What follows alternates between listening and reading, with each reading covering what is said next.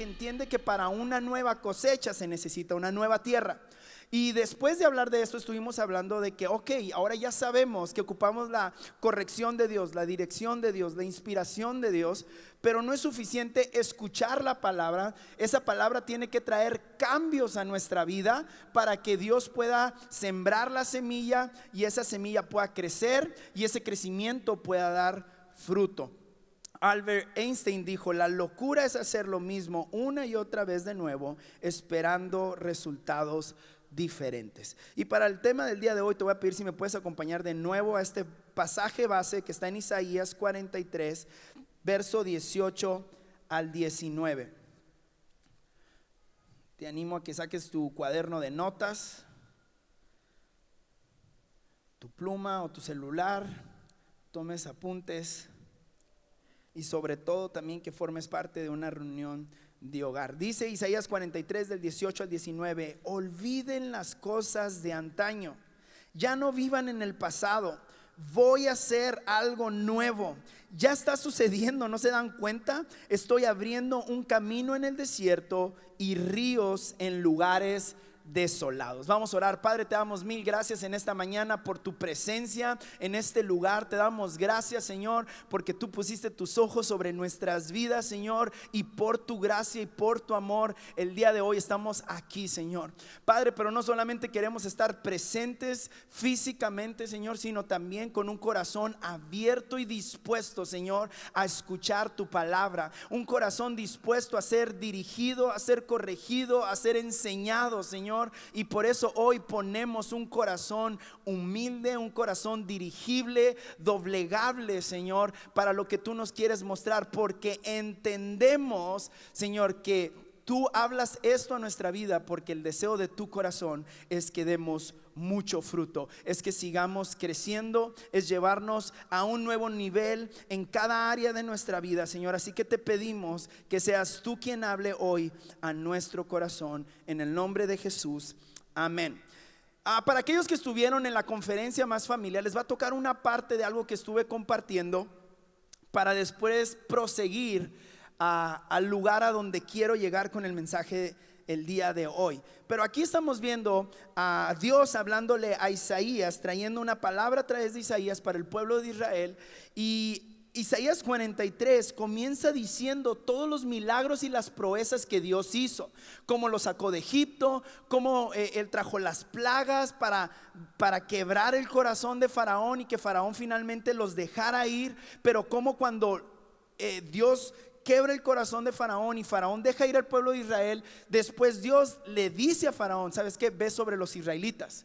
Y esto me gusta porque pudiera parecer como que Dios está contradiciéndose a sí mismo y pudiera parecer una acción en contra del pueblo de Israel, pero Dios no quería solamente liberar al pueblo de Israel, Él quería derrotar a su enemigo. Entonces, cuando Dios le dice y le pone en el corazón a Faraón: ve tras de los israelitas, los egipcios van detrás de los israelitas, y Dios abre el mar, los israelitas cruzan por ese mar, y cuando los egipcios ven ese puente en el mar, van caminando sobre ellos, y dice Dios en este pasaje: yo hice que los mares se cerraran por los mismos que tú atravesaste, para eliminar por completo a los egipcios.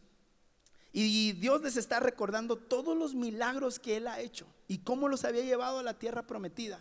Y justo cuando termina de recordarles todo lo que Dios ya había hecho en el pasado, le dice: olvida las cosas de antaño. Olviden las cosas de antaño y ya no vivan en el pasado. Llama mi atención porque muchas veces tú y yo, cuando hablamos de olvidar el pasado, lo único que queremos olvidar es el mal pasado, ¿verdad? Es muy común que cuando te hablamos de las heridas te decimos: olvida el pasado, olvida los fracasos del pasado, olvida las heridas del pasado. Pero aquí Dios no solamente está hablando del mal pasado, sino también está hablando aún del buen pasado. ¿Sabes por qué? Porque a veces el peor enemigo de un mejor futuro es un buen pasado. A veces el peor enemigo de un buen esposo futuro es un buen novio que tuviste. A veces el mejor futuro para tu empresa, el peor enemigo de él es el buen tiempo que tuviste en el pasado. Y yo veo como muchas veces no tenemos problemas para soltar el mal pasado, pero tenemos un serio problema para soltar un buen pasado. Y quiero decirte que aún las cosas buenas de nuestro pasado en nuestra vida deben de tener un lugar muy pequeño solamente para construir nuestra fe, nuestra confianza en Dios, pero no para que nuestra vida sea construida sobre ese buen pasado. ¿Sí me explico? ¿Sí? O sea, qué bueno que hay un buen pasado. Qué bueno que no olvides, como dice la canción de casa, recuerda alma mía. Pero para lo único que me debe de servir un buen pasado es para creer que Dios tiene un mejor futuro, ¿ok? Mi buen pasado no se compara al increíble buen futuro que Dios tiene para mi vida. Él ha dicho que la vida del justo es como la luz de la aurora, que va en aumento hasta que el día es perfecto. Que la gloria postrera será mayor que la primera. Yo quiero decirte, familia, aunque tengas un muy buen pasado, no podemos ser infieles a nuestro futuro con nuestro pasado. Muchos de nosotros estamos tan aferrados a una buena temporada en nuestra vida que nos estamos cerrando la puerta a la mejor temporada de nuestra vida.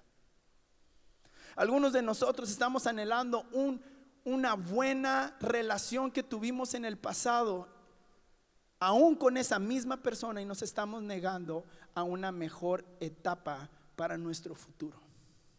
Y tú y yo tenemos que aprender a soltar el pasado, a no aferrarnos al pasado, no aferrarnos al mal pasado, pero tampoco aferrarnos al buen pasado, porque en ocasiones el peor enemigo de nuestro mejor futuro son las buenas cosas del pasado. El enemigo de lo mejor no es lo peor, es lo bueno. Es con lo que te pudieras conformar y quedarte en tu vida, pero quiero decirte que Dios tiene aún más para tu vida. Y yo sé que en ocasiones nosotros caemos en etapas y en circunstancias donde decimos: Señor, aquí estoy bien, yo ya no quiero ir más allá, yo ya no quiero crecer más, yo ya no. ¿Por qué? Porque sabemos que algo mejor representará una batalla mayor. Pero no temas, el mismo Dios que te está llamando a algo nuevo y mejor es el mismo Dios que te va a defender, que te va a levantar y que te va a sostener en esta nueva batalla para llegar a eso mejor. Y yo veo que hay cosas que nos detienen de que podamos vivir una vida en crecimiento y que podamos vivir una vida en fruto. Dice la palabra en Génesis 1:28 que cuando Dios formó al hombre y a la mujer, dice, y los hizo a su imagen y a su semejanza. Y sabemos que la esencia de Dios, las características de Dios, es que Él es un Dios creativo. Él es un Dios de frutos, ¿verdad? Cuando Dios hizo la tierra, la hizo fructífera. Cuando formó al hombre y a la mujer, dijo: sean fructíferos. Y Él es un Dios que constantemente tiene una capacidad creativa para estar creando cosas nuevas. Pero no solamente eso, sino que dice que Él nos hizo a nosotros también a su imagen y a su semejanza. Y cuando viene a la cuestión de ser fructíferos, no es la excepción. Dios nos hizo a su imagen y a su semejanza. Él es un Dios fructífero. Él es un Dios que todo lo que toca lo hace crecer. Y Él ha puesto en nosotros esa capacidad también. Juan 15:16 dice: ustedes no me eligieron a mí, yo los elegí a ustedes. Les encargué que vayan y produzcan frutos duraderos, así el Padre les dará todo lo que pidan en mi nombre. Ve esto, Jesús nos está diciendo: tú no me escogiste a mí, ¿verdad? Yo sé que nosotros hacemos una oración de salvación y le decimos: Señor Jesús, te reconozco como mi Rey, mi Salvador. Reconozco que tú moriste en la cruz del Calvario por todos mis pecados y te acepto en mi corazón. Pero déjame decirte, aún antes que tú aceptaras a Jesús, Jesús ya te había aceptado a ti. Aún antes que tú escogieras a Jesús, Jesús te había escogido a ti. Y luego continúa diciendo: para que vayan y produzcan frutos duraderos. Entonces, si Dios ha puesto en nosotros esta esencia de ser fructíferos, ¿por qué vivimos una vida infructífera? ¿Alguien ha pasado por esas temporadas que siente como nada de lo que hago da fruto? Me esfuerzo con mi mujer y no hay fruto. Me esfuerzo por ser atento, por ser amable. Me esfuerzo por comprar unas buenas rosas. Me esfuerzo por llegar de buen humor y de alguna manera no hay fruto. Me esfuerzo con mis hijos y mis hijos no quieren hablar conmigo. Quiero tener un buen tiempo con ellos y ellos no quieren tener tiempo conmigo. Me esfuerzo en mi trabajo por dar el extra, por ser extraordinario, por ser íntegro, por ser diligente, pero parece que nada de lo que hago y nada de mis esfuerzos puede producir un fruto. ¿Te has sentido así? Que dices, ¿qué está pasando? Yo no sé tú, pero yo estoy pasando ahorita por una temporada donde después de estar teniendo muchos frutos, irónico, ahora siento como que de repente por ahí me andan queriendo robar el fruto y están frustrando los planes de Dios de ser fructífero en mi vida.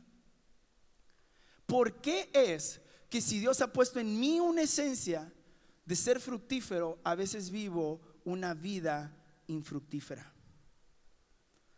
¿Cuál es la razón? Porque aunque vengo, me expongo a la palabra de Dios, busco a Dios, ¿por qué mi vida sigue siendo infructífera? ¿Por qué hay áreas que parece que nunca van a dar ni un cacahuate? Bueno, yo creo que hay algunas cosas que influyen para que nosotros nos volvamos infructíferos.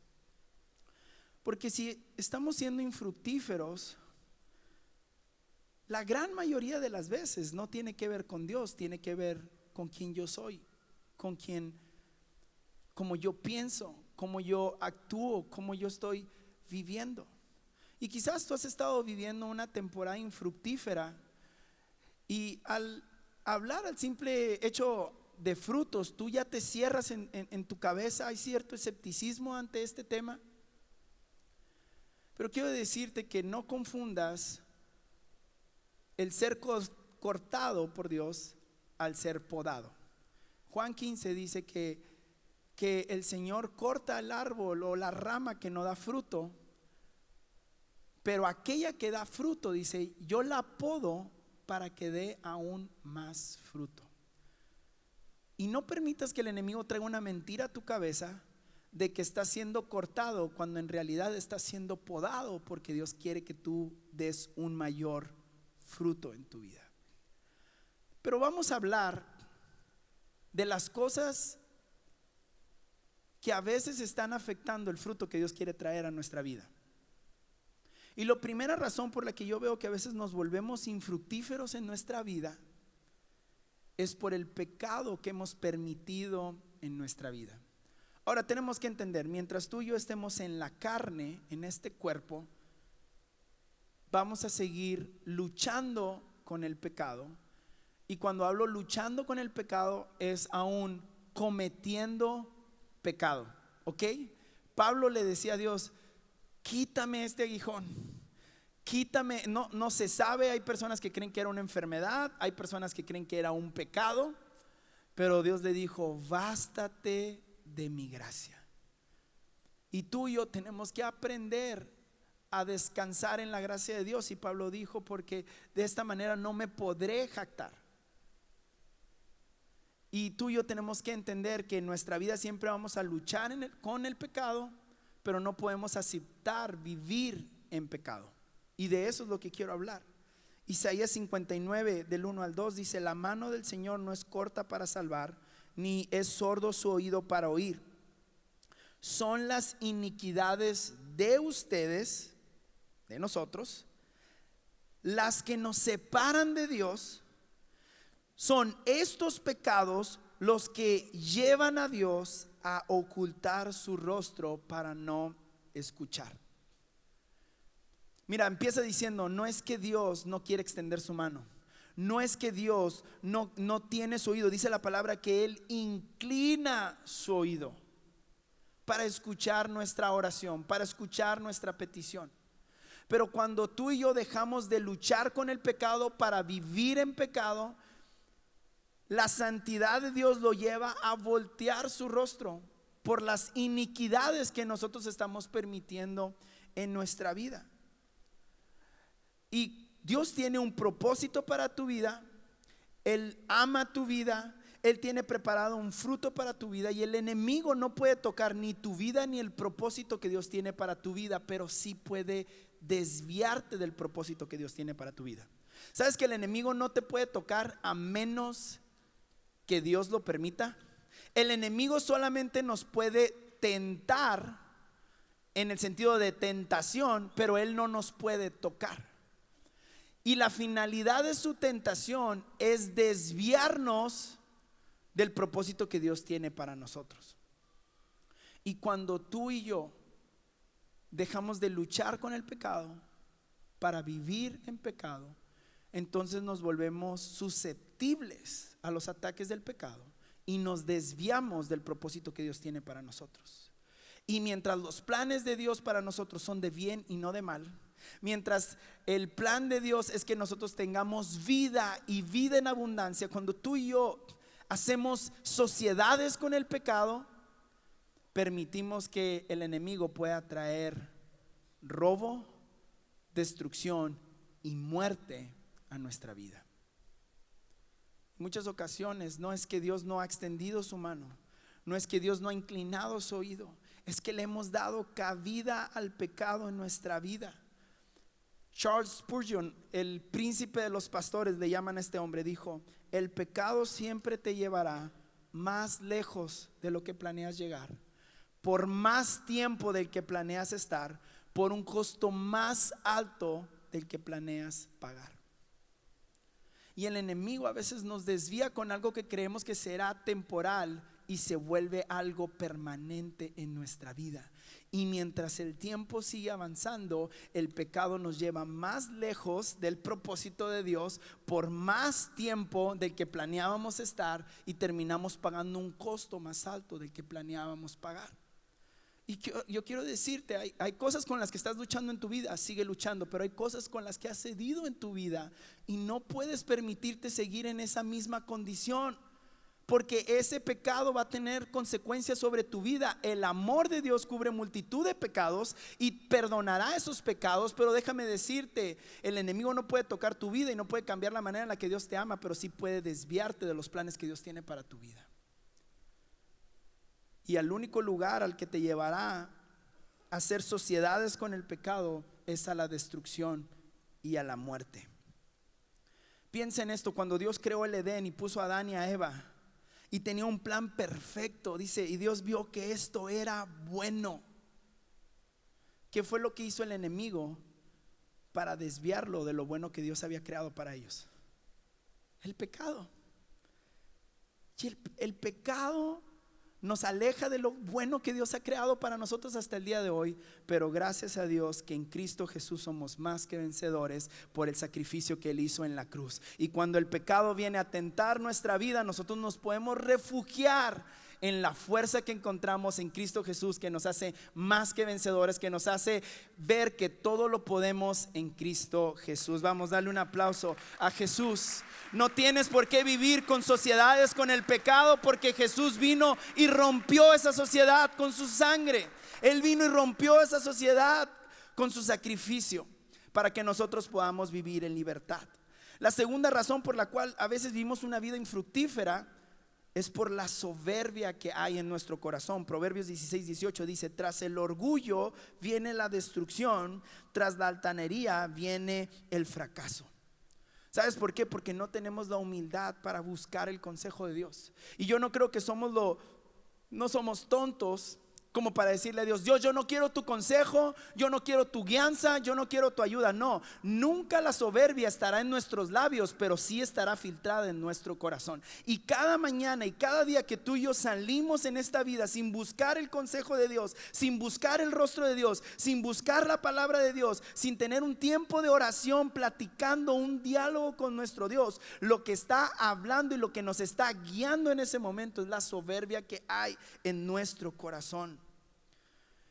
Y muchas veces la soberbia, como se viste, es de autosuficiencia. Es: yo puedo resolver este problema, yo puedo arreglar este caos. Y cada vez que tú y yo nos negamos a buscar la dirección de Dios, la soberbia es lo que está guiando nuestro corazón. Y creemos que somos autosuficientes, que podemos arreglar todos los problemas y que podemos salir adelante por la fuerza que nosotros tenemos. Pero eso no es más que soberbia vestida de autosuficiencia. El tercer factor que nos lleva a vivir una vida infructífera es la falta de perseverancia, la falta de constancia. En la Biblia hay la historia de un hombre llamado Job. Y este hombre llamado Job, al final de la historia, de los capítulos de su vida, o más bien empezamos por el inicio. En el inicio dice que él era un hombre recto, intachable, y era un hombre próspero. Era un hombre que tenía una familia bella, era un hombre que tenía ganados, tenía tierras, tenía riquezas, tenía todo lo que cualquier hombre pudiera desear. Y dice que Dios fue con el enemigo y le dijo: ¿ya viste a mi siervo Job cómo me es fiel y cómo me honra? Y Satanás le dijo: sí, cómo no, pues si le has dado todo, tiene buena familia, tiene tierras, tiene ganado, tiene riqueza, tiene salud, tiene todo lo que cualquier hombre podría desear. ¿Cómo crees que no te va a ser fiel así, si lo tienes bien consentidote? Y dijo: pero déjame que yo tiente su vida, déjame que yo haga lo que es mi especialidad, robar, matar y destruir, y verás si no te maldice. Y Dios, conociendo el corazón de Job, le dijo: adelante, nomás no toques su vida. Y dice la historia que entonces murieron los hijos de Job, perdieron su tierra, perdieron su ganado, perdió absolutamente todo, y de pilón nomás le dejó a la mujer. Yo me imagino, estaba comentando este sábado, yo me imagino que cuando Dios dio luz verde, dio la carta de autorización, ok, les permito poner a prueba la vida de Job, la integridad de Job, y salió sellado del reino de los cielos. El diablo salió con la orden, bajó al infierno. Ahora sí, pártanle su mandarina en gajos a Job. Y dice que los demonios fueron y mataron a los hijos y mataron al ganado y empezaron a hacer pedazos la tierra. Y me imagino que cuando un demonio vio a la mujer y dijo: allá queda su mujer, me imagino a Satanás diciendo: no, a esa mujer ni me la toques, déjamela ahí. Porque dice que esa mujer, cuando vio a Job no solamente perder todo lo que tenía, sino perder su propia salud, esta mujer le dijo: Job, maldice a Dios y muérete. ¿Para qué quieres al diablo con esa mujer? Y ¿alguien le dio alegría a eso? Dios mío santo. Espero que no esté casada con un señor. Pero a pesar de todo esto, ¿sabes que aún los mismos amigos de Job le dieron la espalda? Y a pesar de esto, Job llega al capítulo 42. A pesar de estar en su peor momento, él tenía una convicción de que él estaba plantado en el lugar correcto. Y en el capítulo 42 podemos ver a Job orando por sus amigos, y dice que el Señor lo prosperó y le dio el doble de todo lo que tenía. Le volvió a dar hijos, le volvió a dar el doble de tierras, el doble de ganado. Lo hizo doblemente próspero en absolutamente todo. Pero ¿qué hubiera pasado si Job no hubiera permanecido? Mira, nosotros plantamos un árbol, una oliva en septiembre. Y la neta es que soy bien malo para las plantas, entonces ya se nos secó para diciembre. Ni siquiera llegó al verano la pobre planta. Y no lo digo orgulloso de esto, pero quiero decirte algo: independientemente de que yo no la he regado, o sea, no he regado la planta, no estoy diciendo que no la riego, de que no he regado la planta ha permanecido. Y a veces nosotros nomás viene tantito un tiempo de sequía, viene tantito un tiempo de poda, y ya queremos irnos a otro lugar, y ya queremos cambiar nuestra fe, y ya queremos cambiar nuestras convicciones, ya queremos cambiar nuestros principios. Pero para tener una vida fructífera, tú y yo tenemos que aprender a perseverar. Isaac, si me puedes acompañar, por favor. Mira lo que dijo Thomas Alva Edison. Dice: nuestra mayor debilidad radica en rendirnos. Nuestra mayor debilidad radica en rendirnos. La forma más segura de tener éxito es volverlo a intentar. ¿No será que en momentos donde Dios ya nos ha querido traer un nuevo fruto, nosotros nos hemos rendido? Que Dios se ha quedado: hijo, si tan solo hubieras aguantado un poco más, si tan solo hubieras permanecido un poco más, si tan solo hubieras seguido creyendo un poco más. Como le dijo a Jesús a Pedro: ¿por qué dudaste, Pedro? Ya estabas caminando sobre las aguas, ya estabas a punto de llegar a mis brazos y dudaste, te llenaste de incertidumbre, te llenaste de temor. Ya estabas a punto de ver mi obra sobre tu vida. Y hemos estado hablando de frutos. Y yo quiero darte 4 características de una vida que está siendo fructífera. Y en muchas ocasiones cuando hablamos de fruto, de una vida fructífera, lo primero que pensamos es en las cosas tangibles. ¿Estás de acuerdo conmigo? O sea, lo primero, aún cuando vino a mi corazón el tema de estar hablando de frutos, lo primero que pensé es las cosas tangibles que Dios iba a traer a nuestras vidas. Pero quiero decirte que Dios no trabaja en la manera en la que nosotros trabajamos. Y antes de Dios traer frutos tangibles, Él quiere traer frutos espirituales sobre nuestra vida. Antes de traer Dios frutos externos a tu vida, Él quiere que tú puedas tener frutos internos. Y por eso es importante que tú y yo identifiquemos los frutos que debe de tener nuestra vida. Y que no nos enfoquemos en tener los frutos externos, porque los frutos externos van a ser la consecuencia de lo que está sucediendo en lo interno, no a la inversa. No es tener frutos externos para luego tener frutos internos. No es como el árbol crece. El árbol crece a medida de que crece internamente. El árbol es fuerte externamente a medida que es fortalecido internamente. Él crece hacia arriba a medida que sus raíces primero crecen hacia abajo. Y muchas veces tú vas a ver árboles de este tamaño, pero con raíces de este tamaño. Y tenemos que entender que antes Dios de traer una cosecha sobre nuestra vida fructífera de cosas tangibles, Él está primero más interesado en traer la cosecha del fruto interno. Y una característica de un corazón que está siendo fructífero, de una vida que está siendo fructífera, número 1, su primer característica es nuestra obediencia. Yo sé que tú y yo vemos a alguien con negocios, con la gran casa, con el gran carro, y lo primero que pensamos es una persona fructífera. Y puede ser que sí sea una persona fructífera, pero también puede ser que no sea una persona fructífera. Porque los malvados también tienen riqueza. Los que están lejos de Dios también tienen riqueza, también tienen bienes, también tienen éxitos. Entonces, ¿cuál es la característica de un fruto que viene realmente de parte de Dios? Número 1, nuestra obediencia. Génesis 12:4 dice: entonces Abraham partió como el Señor se lo había ordenado. El gran Abraham, el padre de multitudes, el Abraham que fue inmensamente próspero, antes de ser externamente prosperado, primero fue obediente. Y a veces creemos y queremos como: yo voy a ser obediente y Dios va a traer un fruto. Pero a veces no funciona de esa manera. A veces es obediencia, obediencia, obediencia, obediencia, obediencia, obediencia, fe, perseverancia, obediencia, obediencia, obediencia, obediencia, obediencia, obediencia, para que después Dios pueda traer un fruto sobreabundante. Y nosotros queremos que sea obediencia, fruto, y no funciona de esa manera. Y por eso obedecemos y vemos que Dios no trae los milagros y no trae los frutos y no trae los resultados, y nos desanimamos y nos damos por vencido y decimos: no, ya no me voy a comprometer con la iglesia, ya no voy a seguir asistiendo, ya no voy a seguir sirviendo, ya no voy a seguir dando, diezmando, ofrendando, yo ya no voy a seguir invirtiendo mi tiempo porque he sido obediente a esto, pero no he visto los frutos y las cosechas. Pero tú y yo tenemos que aprender a ser obedientes, porque mi obediencia determina el nivel de mi fruto.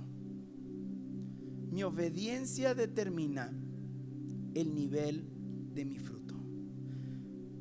Abraham, esta fue la primera vez en que obedeció a Dios, y él no se hizo próspero al siguiente día. Abraham tuvo que atravesar un desierto, tuvo que enfrentar ciertos retos donde él se tuvo que hacer pasar por hermano de Sara, su esposa. Y no digo que eso haya estado bien, pero enfrentó muchas dificultades Abraham a lo largo del camino hasta llegar a la tierra que Dios le había mostrado y hacerlo sumamente próspero. En Génesis 22, 16 al 18, Abraham finalmente tiene el hijo de la promesa, tiene Isaac, al hijo que tanto había esperado, el que iba a ser el heredero de todo lo que Dios le había dado. Y Dios le dijo: ¿sabes qué, Abraham? Quiero que me des a tu hijo, sí, a ese hijo al que tanto amas, al que yo te prometí, quiero que me lo des. Y Abraham en esta virtud que tenía de una vida fructífera, obediente, estaba dispuesto a dar aún lo que más amaba. Y Dios le dijo: ya que me has obedecido y no has negado ni siquiera a tu hijo, tu único hijo, juro por mi nombre que ciertamente te bendeciré, multiplicaré tu descendencia hasta que sea incontable como las estrellas del cielo y la arena del mar. Tus descendientes conquistarán las ciudades de tus enemigos, y mediante tu descendencia todas las naciones de la tierra serán bendecidas. ¿Por qué? Porque me has obedecido.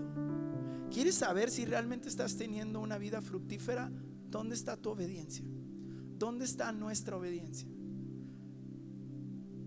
Y yo sé que algunos de nosotros estamos pensando ahorita en áreas donde sabemos que nuestra obediencia no ha sido una virtud. Pero si yo quiero crecer y tener una vida fructífera, obediencia es indispensable, porque a mayor obediencia, mayor fruto. Tu obediencia a Dios va a tener profundas consecuencias. Así como nuestra desobediencia a Dios tiene profundas consecuencias, nuestra obediencia a Dios tendrá enormes consecuencias. A veces los frutos no se ven como creemos que se deben ver.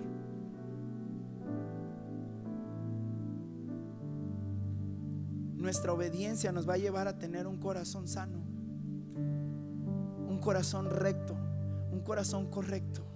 Y un corazón recto y correcto puede tomar las decisiones correctas para tener el fruto que Dios quiere traer a nuestra vida. Cuando tú tienes un árbol sano, no te tienes que preocupar por el fruto. Y cuando tienes un corazón sano, no te tienes que preocupar por el fruto de tu vida. Algunos de aquí hemos pasado demasiado tiempo preocupándonos por los frutos tangibles, cuando deberíamos de estar trabajando en los frutos internos, permitiendo que el Espíritu de Dios nos siga guiando, nos siga formando, nos siga corrigiendo, nos siga dirigiendo y nos siga inspirando. Familia, ¿dónde está nuestro corazón? Dice: los que me aman son los que obedecen mis mandamientos.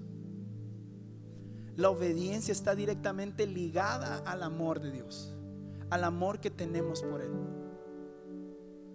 Y yo te aseguro que si nosotros enfocamos nuestra vida, doblegamos nuestra soberbia y nuestro orgullo para inclinar nuestra voluntad delante de Dios y decirle: Señor, yo quisiera esto, pero no sea mi voluntad, sino que sea tu voluntad, hágase en mi vida como tú deseas, te puedo asegurar que nunca vas a perder cuando obedeces a Dios. Porque aún Abraham parecía que iba a perder un hijo, pero por su obediencia Dios le terminó heredando toda una descendencia. Y te aseguro que lo mismo será para tu vida, porque el mismo Dios que respaldó a Abraham es el mismo Dios que te respaldará a ti. Cuando hagas aún aquello que parece que no te favorece, Dios hará que esas cosas terminen favoreciendo tu vida. Aunque tú dejes pasar una oportunidad de un fruto, una cosecha tangible, puedes confiar que cuando tú mantienes tu obediencia, tus principios y tu compromiso con Dios en obediencia, Él va a traer la añadidura a tu vida.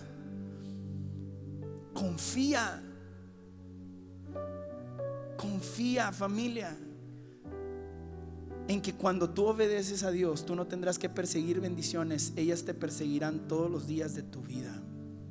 No digo que no vas a tener que pelear por ellas, luchar por ellas, pero Dios ganará cada una de esas batallas para ti. Porque cuando obedecemos a Dios, nos metemos bajo su protección. Y su protección trae todo lo que necesitamos. Filipenses 2:12 dice: esfuércense por demostrar los resultados de su salvación, obedeciendo a Dios con profunda reverencia y temor. Mira, tú y yo no somos salvos por obras, pero fuimos salvos para buenas obras. Y las buenas obras solo vienen como el resultado de escuchar el corazón de Dios y obedecer la instrucción de Dios. Entonces, una vida que es fructífera, lo primero que va a tener es una vida de obediencia. A medida que tú tengas mayor capacidad de obediencia, puedes decir: estoy teniendo una vida mayormente fructífera. Número 2, lo segundo que va a mostrar que estamos teniendo una vida fructífera es nuestro carácter. Muchas veces Dios quiere traer grandes frutos tangibles a tu vida, pero sabe que una bendición sin la preparación se va a convertir en una maldición. Y Dios te ama demasiado como para darte algo que te va a maldecir, que te va a quebrar. Entonces Dios no es que no tenga frutos preparados para tu vida, sino simplemente entiende que para que el árbol pueda dar frutos, primero tiene que tener la fuerza, tiene que tener el carácter. Y por eso en muchas ocasiones Dios ha permitido injusticias en tu vida, porque esas injusticias y esas circunstancias forjan tu carácter. El enemigo nos hace creer que Dios nos está destruyendo, pero la realidad es que Dios nos está transformando, Dios nos está preparando a través de esa situación. Y yo veo que en muchas ocasiones tú y yo le sacamos la vuelta a esas temporadas que lo único que van a hacer es fortalecer nuestro carácter. Cuando Dios formó a José el soñador, Él le puso dones y aptitudes de interpretar sueños, porque Dios tenía grandes planes, grandes frutos preparados para su vida. Pero Jacob, su padre, no estaba aportando, porque dice la historia que como lo tuvo en su vejez y lo tuvo con la mujer que amaba, Jacob lo tenía bien mimado y bien chipiloneado. Mi amor, por más que hemos deseado a este bebé, no podemos hacer eso, ¿ok? Lo tenía bien chipiloneado. Y dice que fíjate cuál era el trabajo de José. Mientras todos sus hermanos se partían la espalda trabajando debajo del sol, cuidando a las ovejas de los depredadores, el trabajo de José era ir a ver qué estaban haciendo sus hermanos. O sea, era un chismoso. Y luego encima le tenían una túnica especial al mi niño, haciéndolo. Él tenía el don, pero no tenía la aptitud. Y Dios, en lugar de decir, pues como no tiene la aptitud, no tiene el carácter, no es competente, no le voy a dar el fruto, Dios dijo, no, sí le voy a dar el fruto, pero primero le voy a dar carácter. Y Dios permitió que sus hermanos lo traicionaran y lo vendieran. Y permitió que Potifar y su esposa lo encarcelaran injustamente. De la misma manera en la que Dios quizás ha permitido que pases por ciertas heridas, por ciertas traiciones, por ciertos dolores. Pero quiero decirte, eso nunca ha sido para perjudicarte. Dios siempre lo ha permitido para beneficiarte. Siempre lo ha permitido para tu bien y no para tu mal, para tu crecimiento, para que tengas el carácter necesario para lo que Él quiere traer a tu vida y poder bendecir a otros a través de tu vida. Así que no desistas. Permanece aún en la injusticia. Permanece aunque no tenga sentido. Permanece, sigue confiando en Dios, sigue obediente, porque si estás obedeciendo aún en medio de la injusticia, Dios traerá un fruto para tu vida. Solamente te está preparando. Gálatas 5:22 dice: en cambio, la clase del fruto del Espíritu Santo produce en nuestra vida es amor, alegría, paz, paciencia, gentileza, bondad, fidelidad, humildad y control propio. ¿Ves cómo los frutos de Dios no tienen que ver con cosas tangibles? Primero tienen que ver con cosas internas. Tienen que ver cómo vamos a reaccionar en medio de la injusticia, en medio de la prueba, en medio de la dificultad. Cómo tú y yo vamos a reaccionar. Eso habla más de una vida fructífera que las cosas que podamos tener. Es nuestro carácter. Demuestra qué tan fructíferos somos. Charles Stanley dijo: el fruto del Espíritu es la evidencia de una vida transformada por el poder de Cristo. El fruto espiritual no se trata de esfuerzo, es el resultado de permanecer en Cristo. En otras palabras, el fruto no es el resultado de nuestro esfuerzo, es el resultado de nuestra permanencia. Y para permanecer se requiere carácter. Permanece y deja que tu permanencia traiga el fruto que Dios quiere traer sobre tu vida. Número 3, tercera característica de una vida fructífera es nuestro servicio. José no solamente tuvo el carácter para soportar la injusticia, sino tuvo el carácter para servir en medio de la injusticia. Aunque fue vendido injustamente, sirvió al amo al cual fue vendido injustamente. Aunque fue metido en la cárcel injustamente, él sirvió en la cárcel injustamente, porque lo que las otras personas le hicieron a José hablaba de quienes ellos eran, pero la manera en la que él servía hablaba de quién él era. Y la manera en la que tú te mantengas sirviendo en medio de cualquier temporada, lo único que hace es hablar de quién tú eres. Así que mantente con una actitud de servicio. Mantente con una actitud de servicio aunque estés pasando un tiempo malo, un tiempo injusto, un tiempo difícil. Mantente sirviendo, sirviendo a tu esposa, sirviendo a tus hijos, sirviendo a tu jefe, sirviendo a tu comunidad, a tu iglesia, en tu ministerio. Mantente sirviendo a las personas que te rodean. Vive para servir a Dios y a las personas, y deja que Dios se encargue de los frutos de tu vida. Es curioso ver la cantidad de pretextos que la gente nos podemos inventar para no servir. ¿Sí o no? Pero una vida fructífera no tiene pretextos para no servir, tiene razones para servir. Mira, yo me puedo sacar muchos pretextos para no estar aquí, pero una razón me es suficiente para servir. Es lo que Cristo Jesús hizo por mí. Independientemente de lo que yo esté pasando, independientemente de los malos tiempos, independientemente de todos los problemas que pueda tener, podré tener mil excusas, pero una sola razón me basta para mantenerme sirviendo, y es lo que Cristo Jesús hizo por mí. Tú tienes esa misma razón, porque lo que Él hizo por mí es exactamente lo mismo que Él hizo por ti. Y número 4, y con esto cierro, te puedes poner de pie. La cuarta característica de una vida fructífera: número 1, su obediencia; número 2, su carácter; número 3, su servicio; número 4, el fruto de la prosperidad. Yo te dije que el fruto que Dios trae no tiene que ver necesariamente con cosas tangibles, con cosas externas, pero no significa que Dios no quiera traer cosas tangibles y cosas externas a nuestra vida. Yo sé que hay frutos que tú anhelas ver y deseas ver en tu persona, en tu familia, en tu negocio, pero tenemos que entender que lo primero es nuestra obediencia, nuestro carácter y nuestro servicio.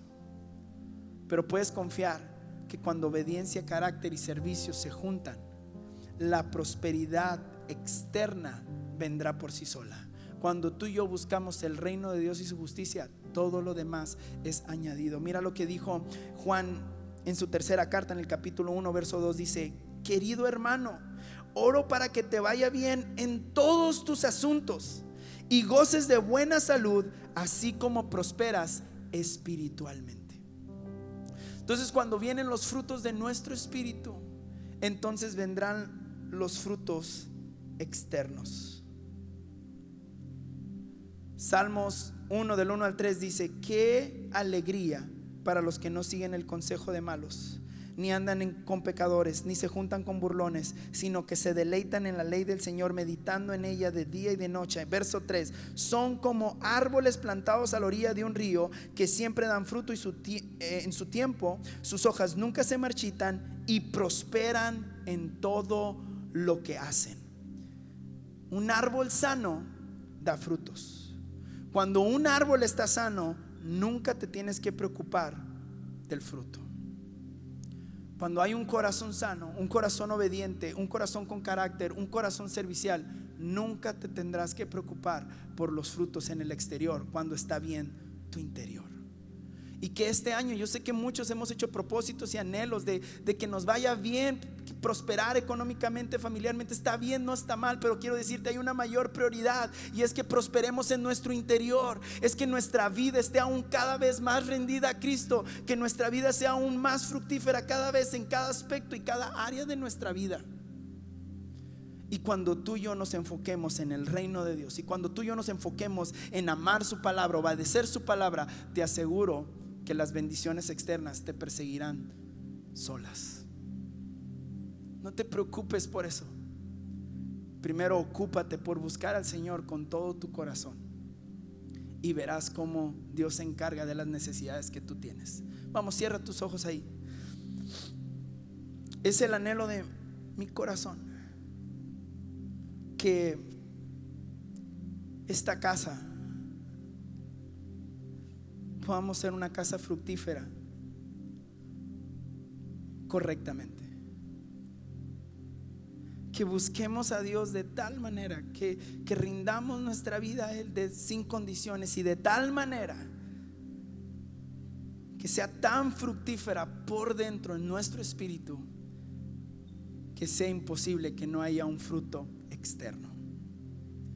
Y si tú hoy estás aquí y tú tienes una necesidad de un fruto externo, llámese salud, llámese económica, llámese matrimonial, llámese familiar, te voy a pedir que todos con nuestros ojos cerrados tú levantes tu mano. Si hay una necesidad que tú tienes económica, de trabajo, una necesidad de salud, una necesidad de matrimonial, si estás pasando un mal momento matrimonial, si puede acompañarme todo el equipo. Si estás pasando un mal momento matrimonial, estás pasando quizás en conflicto con algún hijo, un hijo tuyo anda perdido, está en rebeldía, levanta tu mano ahí en tu lugar. Y el día de hoy vamos a todos entregar nuestra necesidad a Él.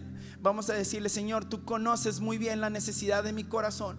Tú conoces, Señor, muy bien las broncas que me están abrumando, que me tienen preocupado, que me han robado la paz. Señor, tú conoces bien las áreas en las que he estado infructífero. Señor, tú conoces bien esas áreas en las cuales he estado doliendo por temporadas, por años, Señor. Y quiero decirte que mi confianza está en ti. Señor, mi mente me ha hecho creer que nunca veré un solo fruto en mi matrimonio. Mi mente me ha hecho creer que nunca veré un solo fruto en mis hijos. Mi mente me ha hecho creer que no veré nunca un milagro de sanidad sobre mi vida. Señor, mi mente me ha hecho creer que nunca veré prosperidad sobre mi vida. Señor, pero quiero decirte que mi confianza está puesta en ti. Señor, hoy yo me rindo por completo a ti. Te digo que yo confío en ti. Vamos, levanta tu voz y dile: Señor, yo confío en ti. Yo descanso en ti, Señor. Hoy rindo mi voluntad, hoy rindo mi vida a ti. Señor, yo sé que tú estás en control. Señor, tú eres más que suficiente, y no hay nada que yo anhele más que ser fructífero como tú eres fructífero. Señor, verte obrar en cada área de mi vida. Señor, tú eres más que suficiente. Tú eres todo lo que necesito, Señor, y te doy gracias porque, Señor, tú estás obrando en mi vida, aunque no lo pueda ver. Señor, aunque parezca que estoy perdiendo, yo sé, tú estás ganando la batalla de mi familia. Tú estás ganando la batalla de mi salud. Tú estás ganando la batalla de mi matrimonio. Tú estás ganando cada batalla, Señor, que